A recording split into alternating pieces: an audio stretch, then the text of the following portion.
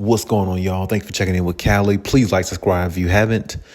So we talk about health all the time, the Clippers, all the time. And ever since Kawhi has been there, along with Paul George, now he's departed, which is probably actually a better thing for the Clippers, not having that distraction and podcast P and all that, stuff surrounding the team. And on top of that, the team just hasn't, went to the heights that we thought they should and could have due to injuries. So the main focal point, it always starts with Kawhi Leonard. We know that.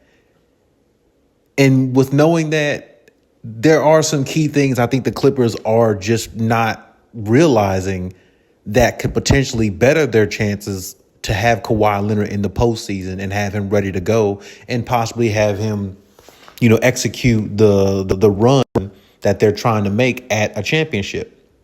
One thing I spoke on before, is making sure Kawhi Leonard stays at the 3 position. Do not have Kawhi guarding anybody at the 4 position or at the 5 position, because that's just more wear and tear on him physically, more wear and tear on him just long term in regards to you wanting him to be there in the playoffs. We'll have him play at the position he's supposed to. And if he can overcompensate at times, then you go with that, because that'll allow him to kind of be free, roam a little bit, kind of play, like a devil's advocate kind of role while he's on the floor, and then, scope out the floor and see how he can implement his will on the defensive end, which will intervene what the other team is doing, the opposing team is doing on the offensive end.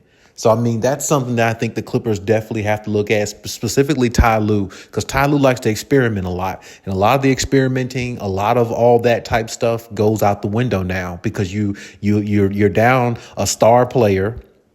Now it's more onus on Kawhi to deliver, because he has less help now offensively. I guess you could say defensively too, because Paul George is a two-way player. And with less there now in regards to star power and needing more out of Kawhi, you have to be more precautious about how you go about getting the best out of him. And like I said, I can't stand when I've seen him many games in the last several years go out there and guard somebody on the power forward in the center position. There's no reason for it. Like this past season, there's no reason why he should, like the game they played against the Minnesota Timberwolves in the regular season, the 2 games they played, there should have been no reason why he was actually guarding Rudy Gobert in the paint.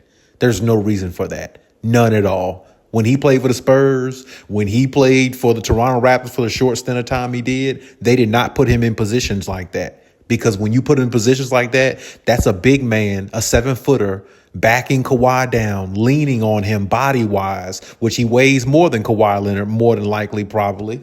And he's a bigger body, leaning on his body.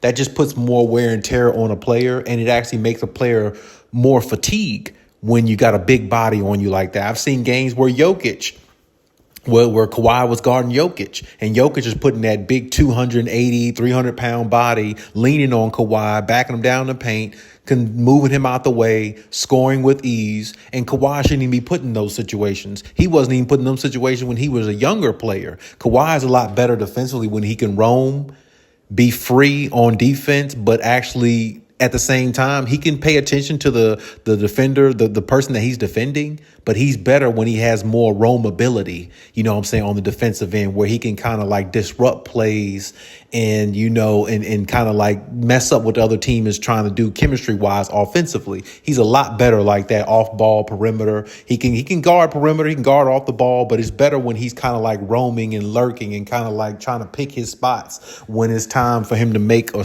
go for a steal or a deflection or anything like that. He plays so much better defense that way. And we see the instances this past season as well, but we see that a lot more. But with him staying in the 3 position, every now and then guard the 4 position every now and then if need be, but not make it like a focal point or do it too much or overdo it. And I think Ty Lue kind of gets a little happy with that. And I think that's something that needs to change, because they can definitely, of course he plays a lot better, within his own square of what he does best. And if you want the best out of him, you got to let him do what he does best so you can get the best out of him so it can benefit the team.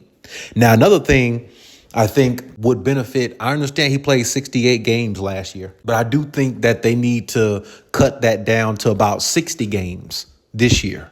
I really do. And I think that would be a lot better for Kawhi, because when we think about when we last saw Kawhi play a full playoff series all the way through the finals, he was on Toronto Raptors and he played 58 games that season. Toronto basically managed him exactly how he wanted to be managed, and they got the best out of him in one season, and it didn't take them multiple seasons like it's taken the Clippers to even reach an NBA Finals.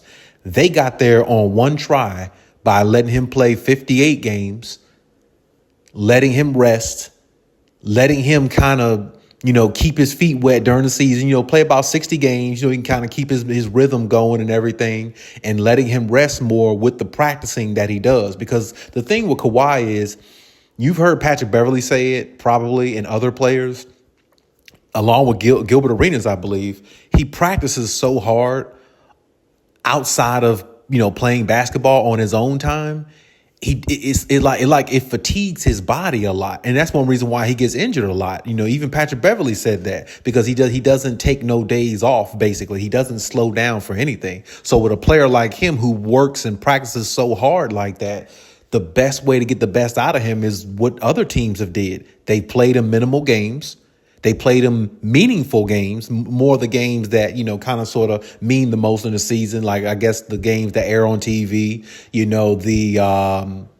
airtime games that come on TNT and stuff like that. But they actually limited his games and actually allowed him to kind of rest more with the, out of game training that he does for his body and everything like that on his off days. And it actually worked out a lot better for them, for both of those teams, because they got the best out of Kawhi. They got championships out of Kawhi, and they seen him at his height. And the Clippers haven't seen Kawhi at his height as of yet.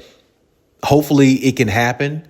I believe it will, but they're going to have to take that route. Even if they got to pay some fines, I don't care what you have to do. If he has to play 58 to 60 games, that's where he needs to be. And he needs to be playing the 3 position. He needs to be guarding his defender on the 3 position and roaming on defense as he usually does, where you get the best out of him defensively, where he looks like that defensive player of the year and all NBA player that he is. Actually, he was an all NBA player this past season, but at the same time, you have to try to find a way to get the best out of Kawhi at least one more season. And so at this point, the Clippers got to do whatever it takes, because honestly, after this season, if the Clippers don't win a championship, I don't know if Kawhi is going to return. I really don't believe he will. I mean, you can hope.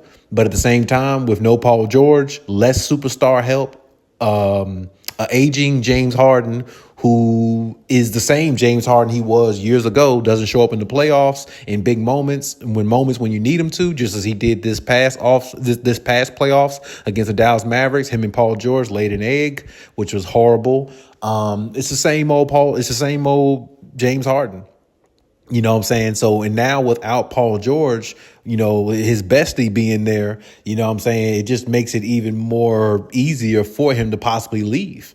Now, that's why I said they're going to have to do their best to get the best out of Kawhi Leonard this season, because they're going to have to prepare this season as in like Kawhi's not coming back the following season. That's basically my whole point. They're going to have to prepare this season that way, because honestly, that's pretty much probably how it's going to go, especially, if Kawhi has a good season again and plays at an elite level again like he did last season, and hypothetically he goes to the playoffs and plays very well, and the Clippers just come up short because they just don't have enough talent to beat some of these other talented teams for some reason, he'll still have value enough to go to another team. So, I mean, I'm telling you, the Clippers better do 58, 60-plus games, 60 games for Kawhi, leave him somewhere around there, keep him fresh for the playoffs, and, kind of don't let him play out of his element too much. And you might have a healthier Kawhi going into the playoffs. That's the only route they can take. And honestly, it's the best one if you want to try to at least go at this season, all gas, no brakes, and try to, go for a championship. And hopefully he can stay healthy in the process.